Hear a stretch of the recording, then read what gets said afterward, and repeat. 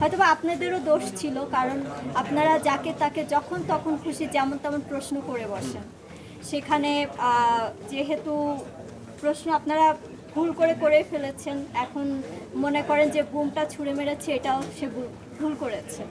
এটা নিয়ে আমার কথা বলবো না। তবে আমাকে যখন জিজ্ঞেস করা হয়েছে যে আপনার কেমন লেগেছে, আমি বলেছি আমার ভালো লাগেনি কখনোই, কারণ এটা আমার সম্মানের জায়গা, আমার ভালোবাসার জায়গা। এই জায়গাটাকে আমি কখনোই অপমান করতে পারবো না।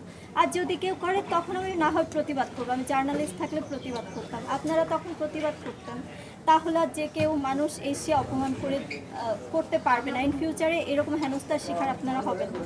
কিন্তু আমার আরেকটা কথা হচ্ছে, এই বিষয়ে বললে তো এখন ব্যাপারটা আবার ভাইরাল হবে। তিনি যেহেতু চাচ্ছেন ভাইরাল হতে, সো আমি আর কি বলবো, আসলে আমি একটা কথা বলি, জার্নালিস্টদের যখন বুমটা ফেলে দেওয়া হয় নর্মালি কিন্তু সবাই রিয়াক্ট করছে।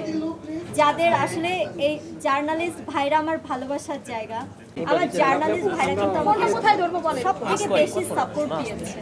আমি যখন বিপদে পড়েছি সব থেকে বেশি সাপোর্ট জার্নালিস্টরা আমাকে করেছে।